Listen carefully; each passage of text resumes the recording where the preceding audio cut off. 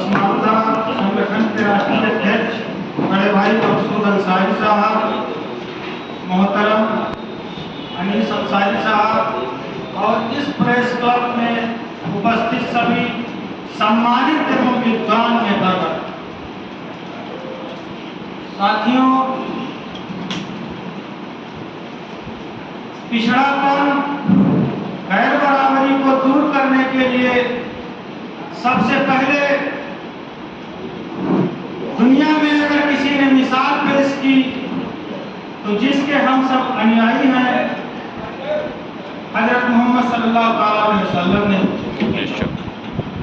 उन्होंने उन पिछड़े लोगों को आगे किया और अहम जगहों पर पहुंचाया जिनकी वह खुद कल्पना नहीं कर सकते थे। अब हम बात हिंदुस्तान की राजनीतिक परिप्रेक्ष्य में करना चाहेंगे। यहाँ पर इस्लाम जो कि पूरी दुनिया में जातीय विभाजन को खत्म करने के लिए आया था, लेकिन हिंदुस्तान में अफसोस की बात इस्लाम भी जातियों के आधार पर ही फैला और यहाँ की लोकतांत्रिक व्यवस्था की धुरी भी धर्म और जाति के पहिए पर ही नाच रही है।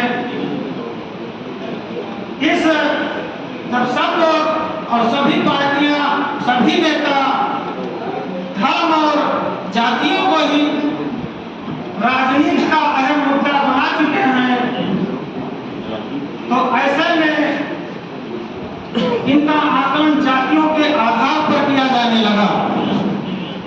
लेकिन मैं इसको दूसरे तरीके से समझता हूं कि वास्तव में पिछड़ा वह है जिसकी 3 शाखाओं में, जिसको सामाजिक, आर्थिक और राजनीतिक हिस्सेदारी नहीं मिली, वह चाहे अंसारी समाज से हो, मंसूरी समाज से हो, गद्दी समाज से हो या शेख सैयद मुकुल पठान ही क्यों न हो, अगर वह राजनीतिक और सामाजिक रूप से पिछड़ा है तो हमें उसका भी स्वागत करना चाहिए,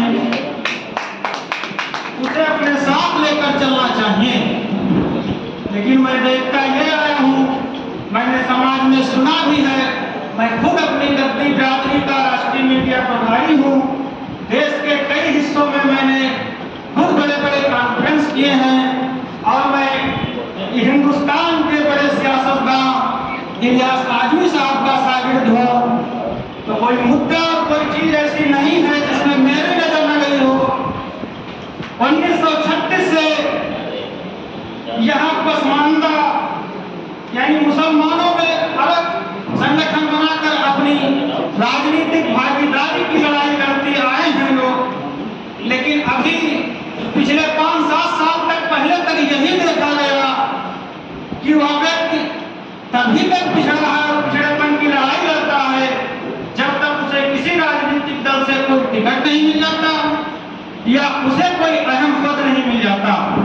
उसके बाद उसका पिछड़ापन दूर हो जाता है और वो तो पसमानदा बचता ही नहीं। वैसे भी जो एमपी बन गया, एमएलए बन गया, अधिकारी बन गया और जिसका कोई अच्छा कारोबार चल गया, वह पसमानदा नहीं बचा। अगर वास्तव में हिंदुस्तान और उत्तर प्रदेश में देखा जाए, मुसलमानों में अगर जातीय व्यवस्था के आधार पर ही देखा जाए तो पसमानदगी में मेरी गद्दी बिरादरी से बड़ी पसमानदा बिरादरी शायद आपको कोई ढूंढने पर मिले। आज तक किसी भी सरकार में कहीं भी कोई राज्य मंत्री तक नहीं बन पाया।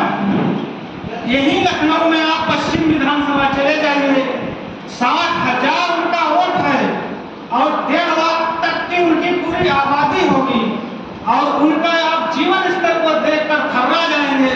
यानी जनजातियां भी उतना निम्न स्तर का जीवन नहीं जी रही। उनकी जहां भैंसें हैं, जबकि वह पूरे शहर को दूध उपलब्ध करा रहे हैं, अमृत का व्यापार कर रहे हैं, लेकिन उनके उस पिछड़ेपन की लड़ाई के लिए आज तक कोई बना नहीं गया।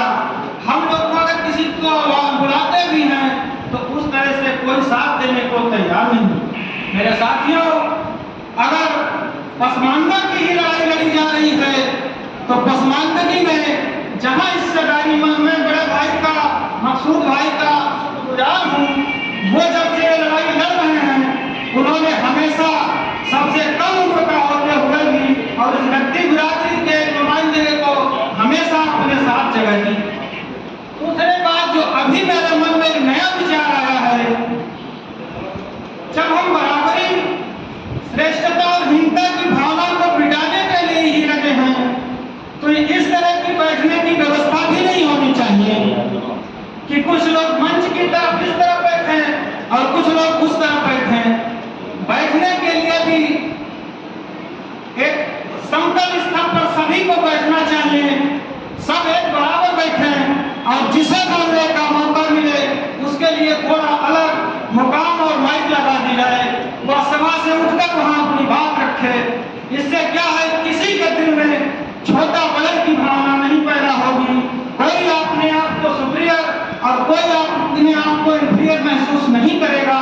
सब यह समझेंगे कि जैसे मकसूद भाई हैं